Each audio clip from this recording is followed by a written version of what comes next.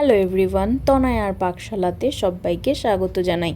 যারা first time চ্যানেলটা visit করছো তাদের কাছে অনুরোধ রইল চ্যানেলটা সাবস্ক্রাইব করো, পাশে থাকা বেল আইকনটি প্রেস করো যাতে নতুন নোটিফিকেশন তোমাদের সামনে চলে আসে।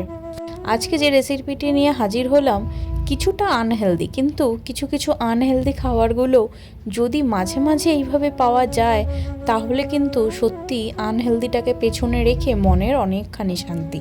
তার জন্য মনে হলো এরকম রেসিপি যখন আমার চ্যানেলে হচ্ছে তাহলে তোমাদের সঙ্গে শেয়ার করা যেতেই পারে। আর এই আনহেলদি কিছু খাবার না খেলেও বরং সেটা আরও অন্যায় করা হবে নিজের শরীরের সাথে প্লাস মনের সাথে। আজকের রেসিপি খাসির চর্বির বড়া। এর জন্য দেখো এখানে আমরা নিয়েছি বেশ অনেকখানি পরিমাণেই খাসির চর্বি। দেখো এখানে বাজারে গিয়ে তোমরা কিন্তু চাইলে দু রকমভাবে খাসির চর্বি নিতে পারো। তোমাদের এটা একটা সামান্য সাজেশন বলতে পারো। তোমরা দোকানে গিয়ে বলতে পারো কিছু চর্বি থাকে যেগুলো খুব সহজেই গলে যায়, আর কিছু চর্বি থাকে তুমি যতই তাকে টেম্পারেচারে আনো না কেন সহজে গলবে না। তো তোমরা যেটা প্রেফার করবে সেটাকেই তোমরা নিও। দেখো এখানে এই চর্বিগুলোকে ছোট ছোট করে কিন্তু মা টুকরো করে নিয়েছে, যার মধ্যে এবার দিয়ে দেওয়া হলো 2 চামচ মতন বেশ অনেকখানি রসুন আদা বাটা করে, আর নেওয়া হলো বেশ অনেকখানি পরিমাণে লঙ্কা। তোমরা এখানে ঝালটা যে যেরকম পছন্দ করো সেইভাবেই দিও।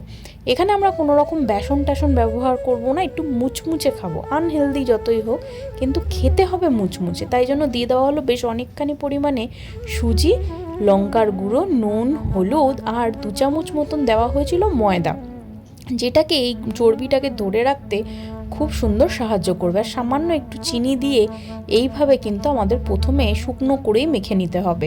এরপর সামান্য একটু জল দিয়ে এটাকে দেখো একদম শক্ত করে মাখবে। খুব বেশি লোত লোত করে মাখলে কিন্তু সেটা ভালো লাগে না, আর সেই মুচমুচে ব্যাপারটা আসে না।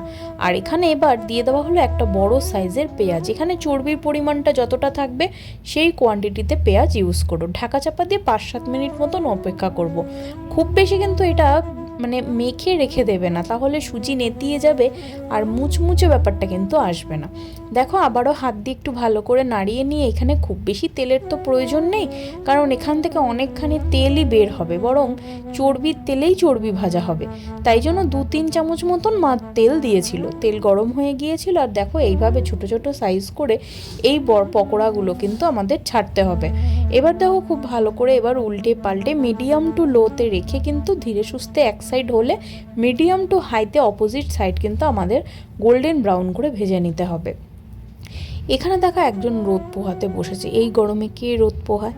যাই হোক, আমাদের দুদিকই কিন্তু খুব ভালো করে ভাজা হয়ে গিয়েছে। এবার এগুলোকে তুলে নেওয়ার পালা। গরম ভাতে এই চর্বির বড়া অসাধারণ লাগে।